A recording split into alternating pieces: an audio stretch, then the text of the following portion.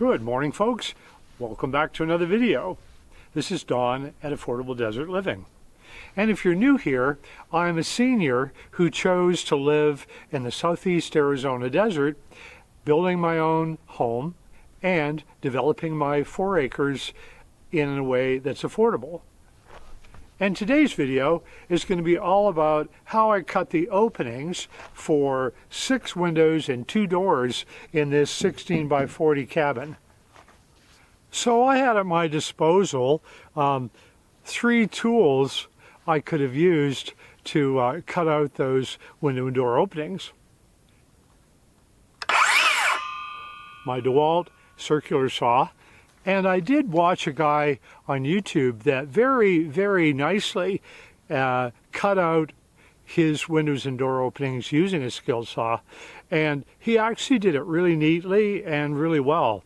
But I just didn't have the confidence that I could do a nice job with the skill saw. So I nixed that one. And I have a jigsaw, and they're very maneuverable. And I thought, you know, it could do a nice precise job, but I thought, because they're maneuverable and my hand might not be steady at times, it's probably not going to be a very neat job overall. So I nixed also the jigsaw. And I also have at my disposal my Matibo Sawzall, and I use this thing for cutting mesquite roots and pieces of metal and no end of stuff.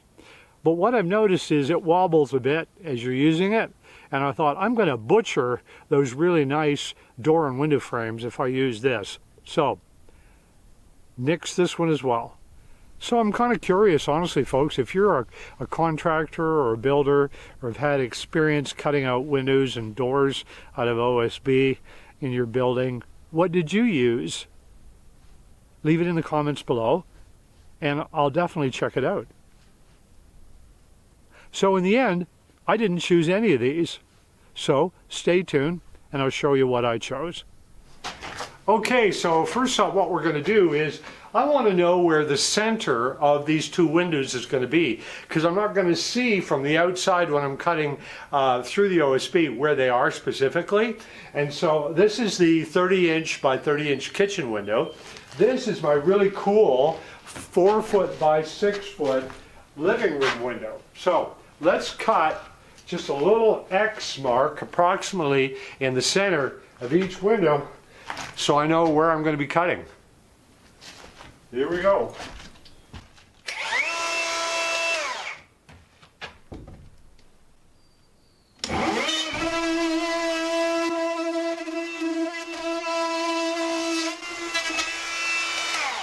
So I made a little bird here, which is cool. And we'll try to make another little bird. Who's the painter, lovely man, Painter Bob, who is going, you know, we'll just make some happy little birds and clouds in this painting? Well, that's what we're going to do today.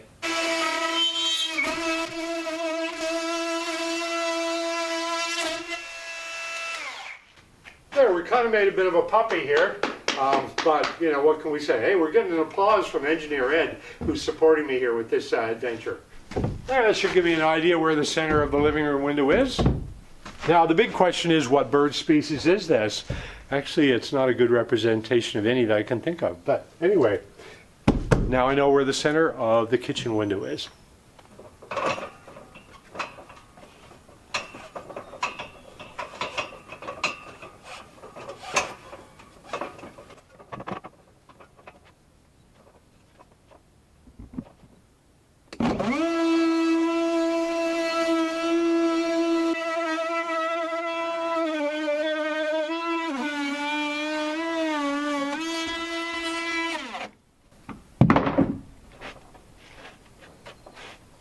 And just like that, we have a bathroom window. Did you flush the toilet? I have to tell you, I'm really loving this baker's scaffolding. Loving it. Now it's time for the kitchen window.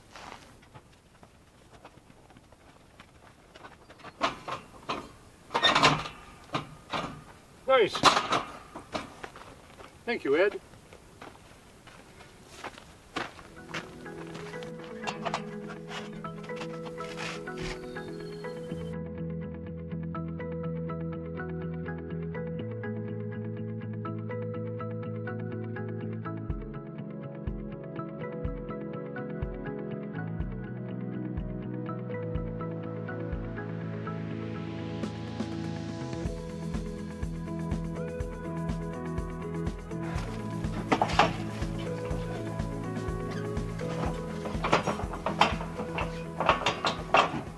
Okay, so this is the big serious 4x6 picture window, and it's really low. I know some commenters, when they were looking at my 3x5 windows, which are up high, were saying, what kind of view are you going to get when you're sitting down? And that was a really observant point. Now, the beautiful thing is when you turn around and look at this side of the home, you can look out at a lovely 4x6 picture window, and it's at that right height where you're sitting down and you can enjoy a view. So, because I don't need the scaffolding for the very bottom part of this, I'm just going to cut this out as is and go from there.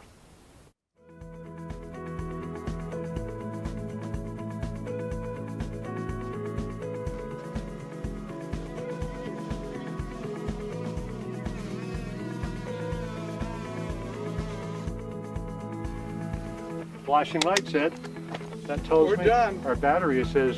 So it says we're done for the day anyway. We're done.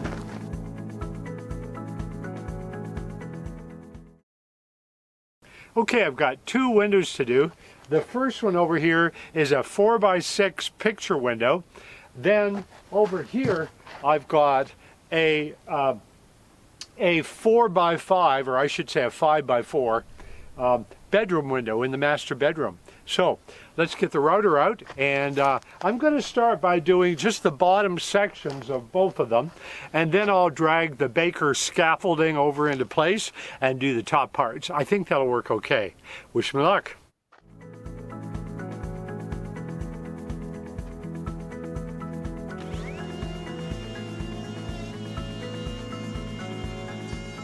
Now what caused this irregular cut here was there was a screw in the way, and I just removed it. Let's give this another try, see if we can get rid of that irregularity.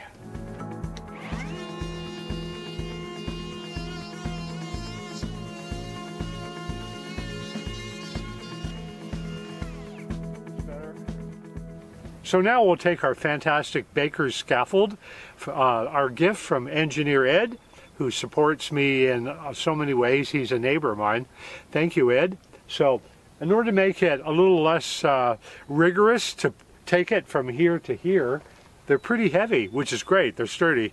I'm going to take the top part off because it's pretty heavy, and then move it all over that way. So here we go.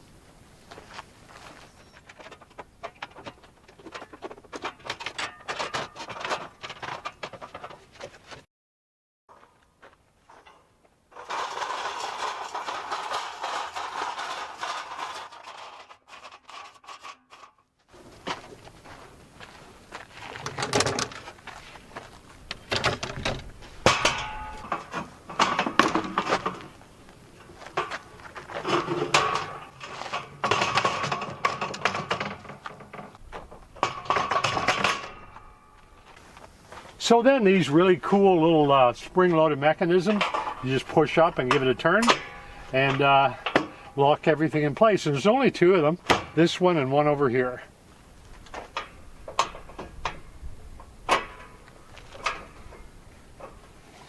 And I have to admit, when I first heard the name of this item, baker's scaffold, I thought, yeah, but I don't really bake really tall cakes or have giant vats of cake mix that I have to climb up the scaffold to look in and see if the cake mix is working okay.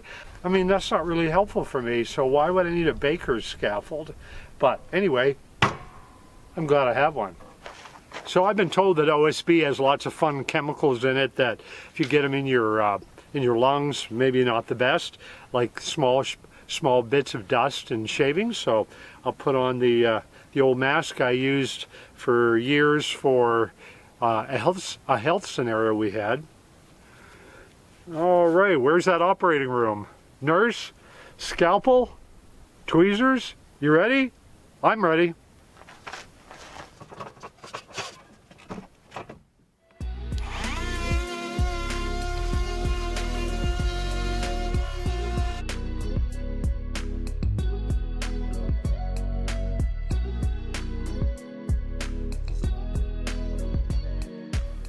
So not only did I want to know where the center of the window was before I started my cutting, I wanted to know where all the corners were.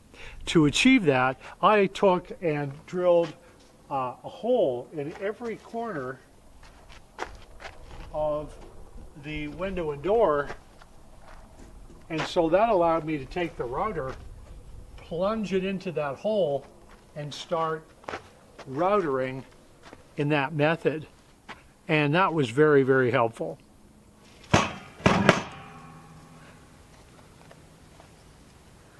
Folks, we have a picture window. I hope you like it. I know I do. And the rotoring job is definitely satisfactory. Not perfect, but satisfactory. On to the next window.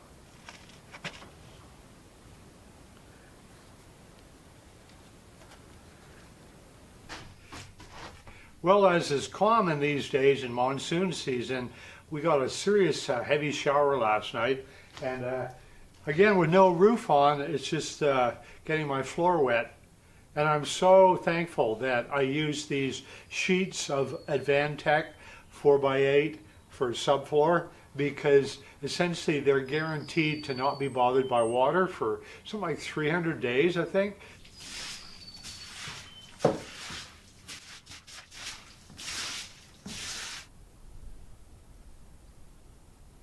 It's hard to believe, but believe it or not, this afternoon this will be so dry you'll see dust come off of it.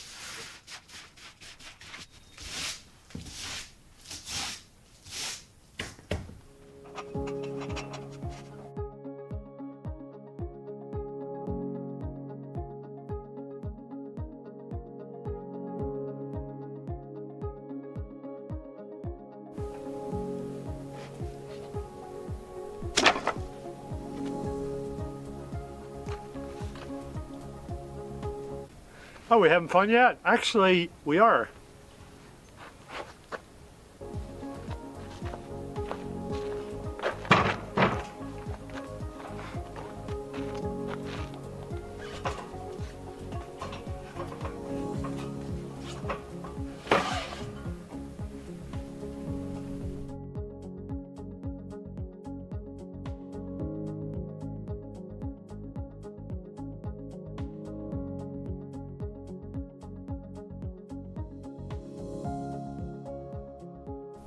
So I'm not going to really get into a complete review of the Metibo M3612 plunge router, but it does come with two types of bits for smaller, finer work and then more serious heavy-duty work like I just did.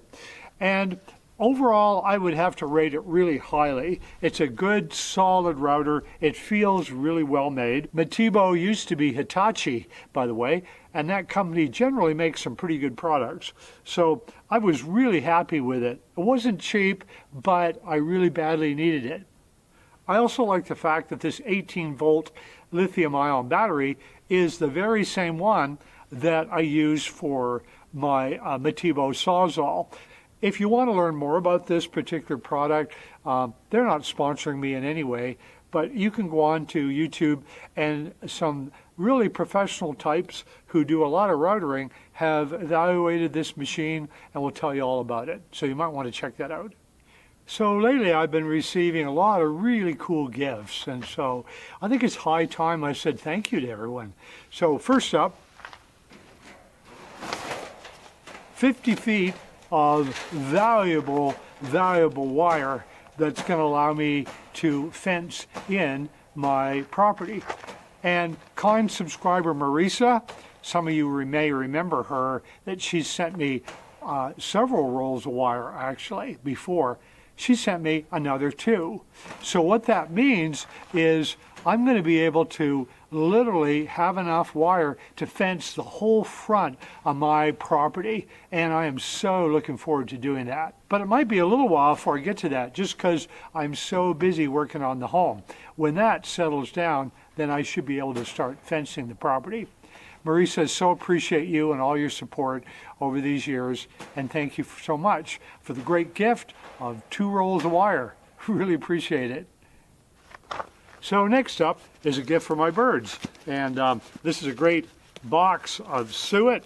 It's a 10-pack, and my birds here absolutely love suet, especially the scaled quail. So it came with a note as well, and it says, "Love your videos, considering doing the same thing in the near future. We especially love the bird content. Hope you enjoy the suet cakes." No question, the birds will be scarfing these down pretty quick. They love these things. So thank you so much, Jim. Really appreciate this, and look forward in the future to seeing some of the birds eating your suet cakes. So next up, I think, is a world record holder, and I'll tell you what I mean. I posted that I needed more space on my computer hard drive in the form of an external 2 terabyte hard drive, and I posted it, and literally within 48 hours of it showing up in my Amazon wish list, it was in my yard via a UPS truck. I don't know who sent this. You know who you are. Thank you very, very much. So this next gift was so heartwarming. I thought, wow, this is wrapped like a birthday gift. Absolutely beautiful gift bag. And I was like, I have no idea who sent it. So let's see what's in the gift bag. Okay, here we go. 2 very powerful 20-volt, 6-amp-hour DeWalt batteries for my tools. Badly needed. I can't tell you the number of times I'm just about finished a project and I've run out of battery power. A cool little note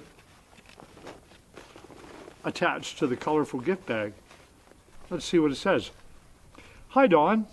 Hope these batteries make your build easier. Best regards, Clay and Maureen." Thank you, Clay and Maureen. This was so thoughtful. And boy, are those batteries going to come in handy. Thanks a million. So if I haven't mentioned your gift here, folks, I apologize for that. One thing I always try to do is send a quick email thanking the person who sent the gift. But Amazon has changed things up. I now can't find the link that takes me to the Amazon section where I can type out a thank you note and send it. If anyone knows and has experienced the same thing and can tell me how you send a thank you to people who sent you an Amazon gift, please let me know. Leave it in the comments below and I'll do some research. Thanks a lot. So the other thing to mention, folks, is that I'm really behind on creating videos.